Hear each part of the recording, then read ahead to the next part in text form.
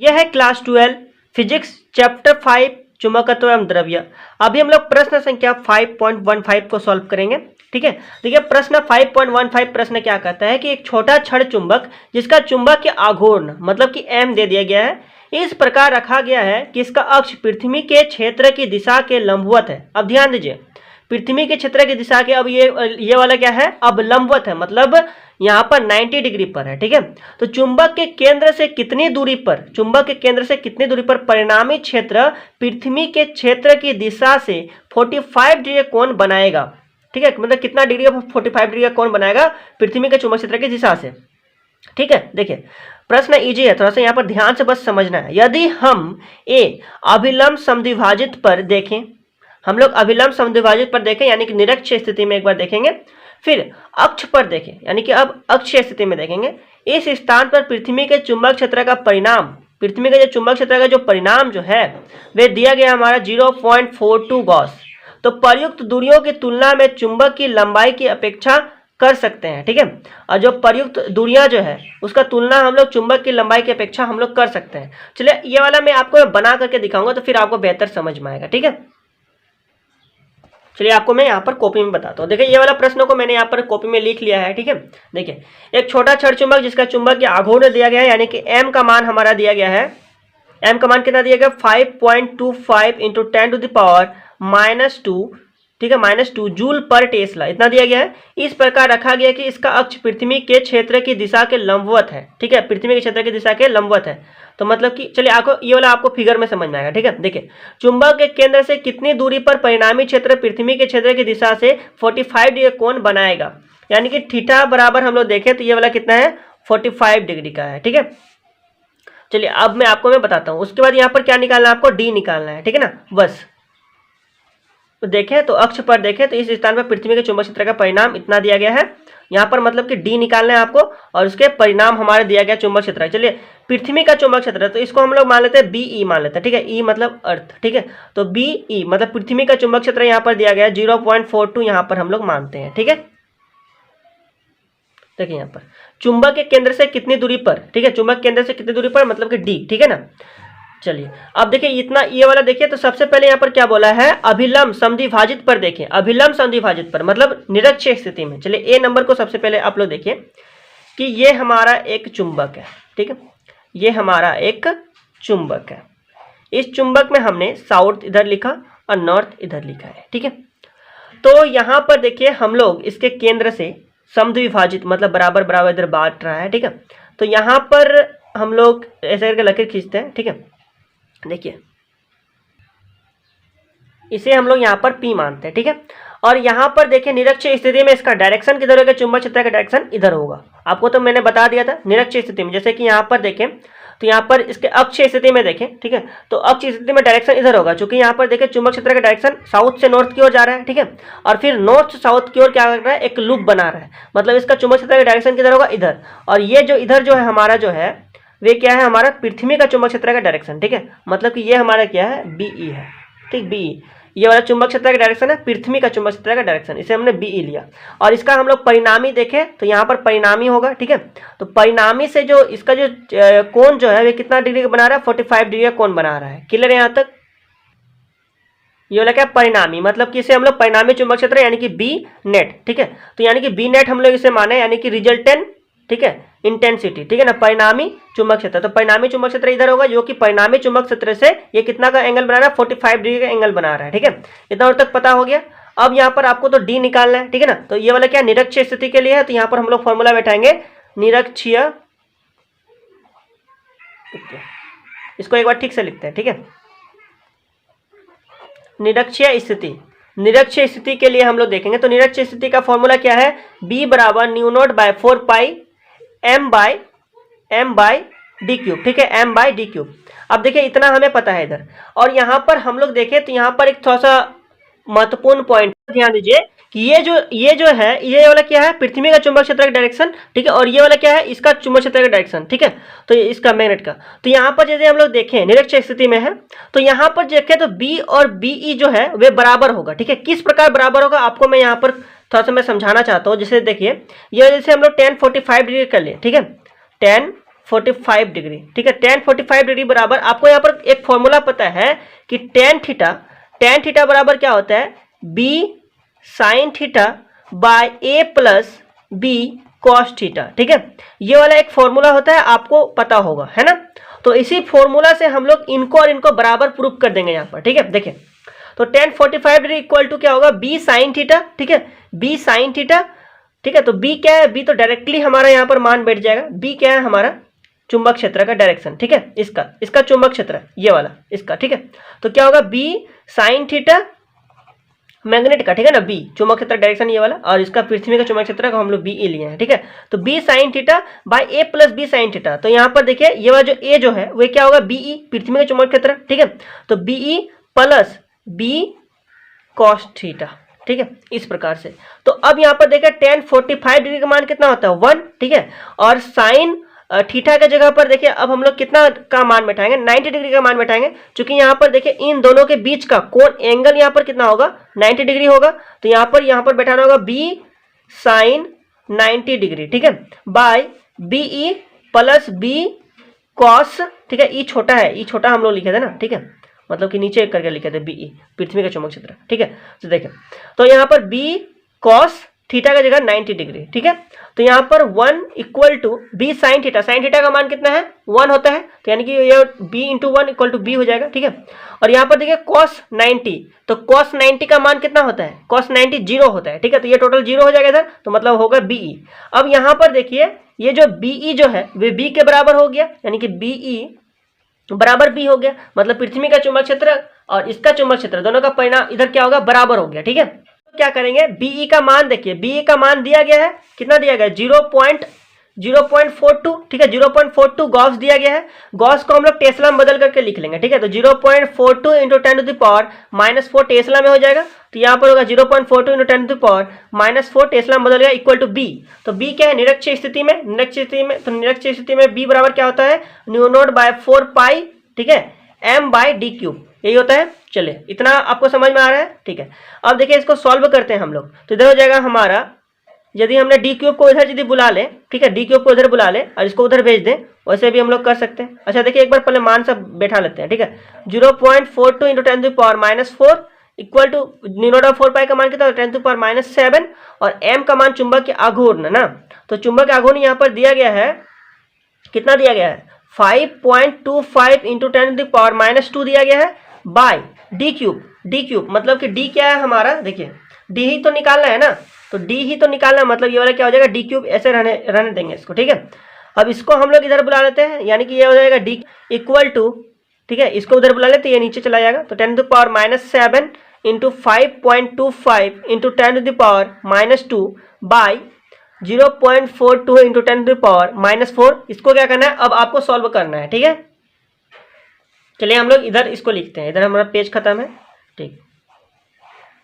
चलिए देखिए तो इधर हमारा हो जाएगा ये वाला डी क्यूब हो जाएगा, ठीक है, डी क्यूब हो जाएगा। और 10 को पहले सॉल्व करते हैं तो थोड़ा सा इजी बनेगा। तो इससे पहले यहाँ पर कितना बचा हमारा, 5.25 ना। तो ये यदि पॉइंट को उड़ा दिए तो नीचे कितना आ गया, 100 आ गया। इस पॉइंट को उड़ा दिए तो ऊपर में चला गया 100, ये 100 मिलकर के कट गया, ठीक है। इधर हमारे कितना होगा, 5 यानी कि 525, ठीक है। और यहाँ पर नीचे में 42 इंटू 10⁻, इधर कितना -7, ठीक है, तो -7, ठीक है, -7 और इधर कितना -2 और इधर कितना 10⁻⁻4 ऊपर जाएगा 10⁻+4, मतलब इधर लिखना होगा +4, ठीक है। इधर हमारा हो जाएगा D cube equal to by इतना इंटू 10⁻⁻7 -2 -9, ठीक है, और +4 इक्वल टू -9 + 4 इक्वल टू -5। तो यहाँ पर कितना हो जाएगा, -5, ठीक है। अब देखिए हम लोग इसे सॉल्व करते हैं थोड़ा सा। यदि हम लोग इसे यहाँ पर डी क्यूब इक्वल टू, इसे हम लोग यहाँ पर थोड़ा सा सॉल्व करें, यहाँ पर इसे हम लोग डिवाइड कर लेते हैं, ठीक है। देखिए तो ये हमारा कितना है, 42 और 525, ठीक है। तो देखिए 42 1 जा 42 रह जाएगा, 10 हो जाएगा, ये वाला 5 उतर गया, ठीक है। और 42 जा 84, ठीक है। अब इसे जब हम लोग इधर 1 हो जाएगा, इधर 2 हो जाएगा, पॉइंट लेकर के 0 बैठा सकते हैं, ठीक है। और 42 यदि हम लोग 5 से इधर देखें तो 42 इंटू 5 बराबर कितना होता है, 210। इधर हमारा कट गया ये वाला, ठीक है। तो इधर हमारा कितना आया, 12.5, ठीक है। तो चलिए हम लोग इसे लिखते हैं 12.5, 5 इंटू 10⁻⁻5। यदि हम लोग देखिए इस पॉइंट को यदि इधर हटा दें, मतलब ये वाला पॉइंट को यदि हटा दें, या फिर ऐसे भी समझिए इस पॉइंट को हम लोग दाएं ओर ले आ रहे हैं, तो इसमें क्या हो जाएगा, माइनस हो जाएगा एक। ठीक है, तो चलिए इतना आपको समझ में आ गया। तो यहाँ पर होगा d³ इक्वल टू इतना इंटू 10⁻⁻6, और इसमें क्या करेंगे हम लोग, -1 करेंगे, जो दाएं और इस पॉइंट को इधर ले आए, तो 125 ये वाला सीधा हो गया, इधर हो जाएगा -6। अब यह क्यूब जो है इसे हम लोग हटा देंगे, तो इधर देखिए कितना हो जाएगा, d बराबर ऐसे हो जाएगा, घनमूल कर देंगे इसका। ठीक है, तो 125 गुना 10⁻⁻6। ठीक है, तो देखिए ये वाला जो है, ये वाला कितना के बार में होगा, ये वाला देखिए 5 ना, यदि हम लोग देखें 5 गुना 5 गुना 5, ठीक है, तो 25 25 और 25 25 125, तो यानी कि इसका कितना डायरेक्टली हम लोग देखें तो यहाँ पर 5 हो जाएगा इंटू 10। यहाँ पर 10⁻⁻6 में देखें तो ये 10⁻⁻6 जो है ये यहाँ पर देखिए ऐसे, देखिए यहाँ पर 10⁻⁻6 जो है। ठीक है, चलिए तो यहाँ पर चलिए 10⁻⁻6 को मैं आपको दिखाता हूँ। 10⁻⁻6 जो है उसको यदि हम लोग 3 बार लिखे तो किस प्रकार लिख सकते हैं, 10⁻⁻2 लिख सकते हैं, इंटू 10⁻2 लिख सकते हैं, इंटू 10⁻2 लिख सकते हैं। ठीक है, ऐसे लिख सकते हैं ना, और ये वाला हमारा ऐसे घनमूल निकालने का। ठीक है, तो ये हमारा कितना 3 बार है। ठीक है, -2 -2 -2 -6 हो गया, तो ये वो हमारे क्या हो जाएगा, बाहर आ जाएगा, मतलब 10⁻2 हमारे क्या आ जाएगा, बाहर आ जाएगा। क्लियर है यहाँ तक?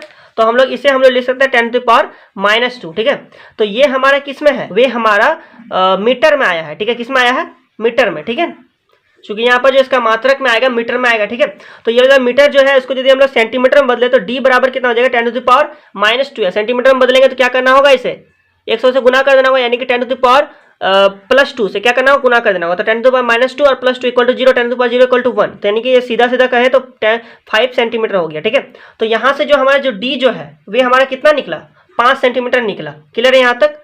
तो ये वाला इस प्रकार से हमारा जो निरक्ष स्थिति में जो है, निरक्ष स्थिति के लिए हमारा d निकल गया। ठीक है, अब हम लोग अक्षीय स्थिति के लिए निकालेंगे, तो इस प्रकार से ये वाला प्रश्न यहाँ पर क्लियर है, ए नंबर क्लियर है आपको। ठीक है, अब बी नंबर निकालेंगे अक्षीय स्थिति के लिए। ठीक है, तो चलिए अब हम लोग अक्षीय स्थिति के लिए बनाते हैं, तो यहाँ पर पेज खत्म है तो हम लोग इधर बनाते हैं।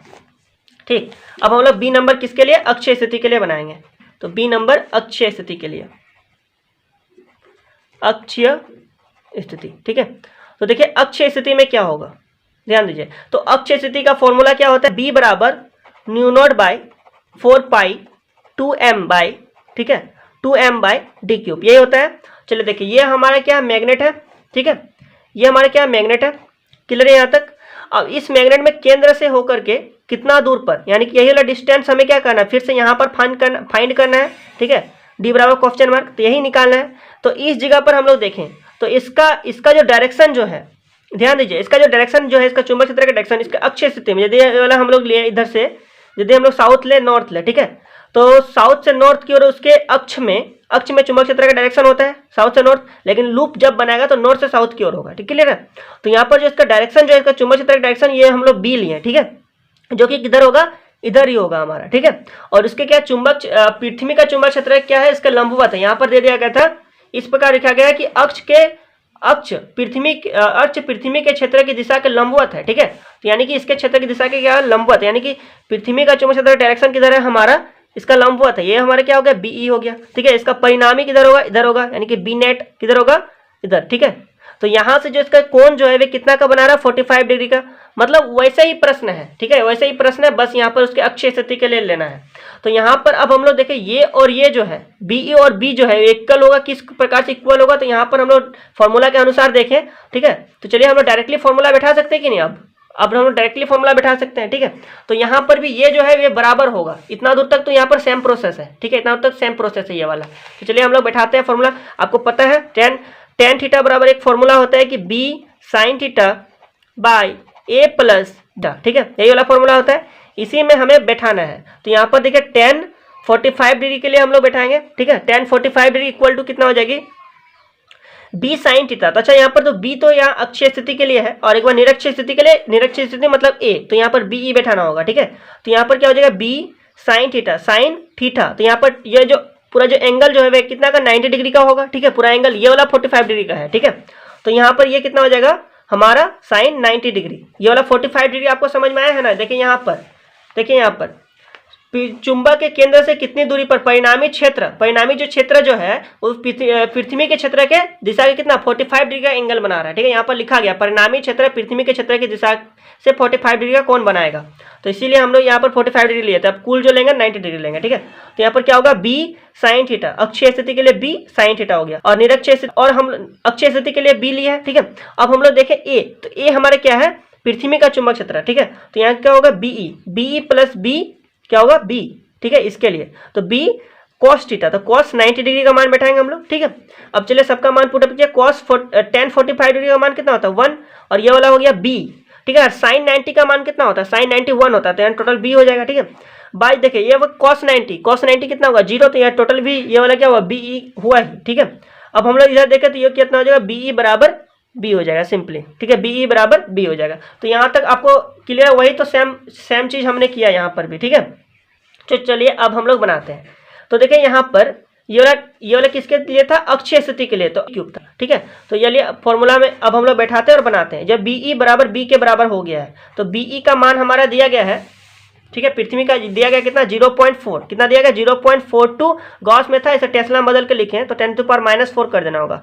और बी जो है वे हमारे क्या अक्षीय स्थिति के लिए अब हम लोग निकाल रहे हैं, तो अक्षीय स्थिति के लिए क्या होगा μ0/4π2m/d³। ठीक है, ये हमारे निरक्षीय स्थिति के लिए हमने निकाला था ए नंबर में। ठीक है ना, अब हम लोग अक्षीय स्थिति के लिए निकाल रहे हैं। क्लियर है यहाँ तक? तो आपको तो सब कुछ समझा ही दिए थे पहले भी। ठीक है, तो चलिए अब हम लोग इतना बैठा दिया, अब हम लोग सबका मान पुटअप करेंगे और निकालेंगे आंसर। ठीक है, तो ये हो जाएगा 0.42 × 10⁻⁴ इक्वल टू μ0/4π 10⁻⁷ हो गया -7, और 2 × m चुंबक के आघूर्ण का मान दिया गया है ये वाला हमारा। ठीक है, चुंबक के आघूर्ण इसी का ये वाला मान हमें यहाँ पर पुटअप करना है। 5.25 × 10⁻⁻² दिया गया है। ठीक है, बाई d³, यही तो हमें निकालना है। ठीक है ना, चलिए देखें इतना तक क्लियर है। d³ को इधर बुला लेते हैं हम लोग, तो इधर हो जाएगा d³ इक्वल टू 10⁻⁷ × 2 × 10⁻² हो जाएगा, और ये वाला हमारा नीचे आ जाएगा तो 0.42 × 10⁻⁴। क्लियर है? ठीक है, देखिए ये वाला 2 से मल्टीप्लाई करके अब हमें लिखना है। ठीक है ना, ये वाला क्या करना है 2 से मल्टीप्लाई करके लिखना है।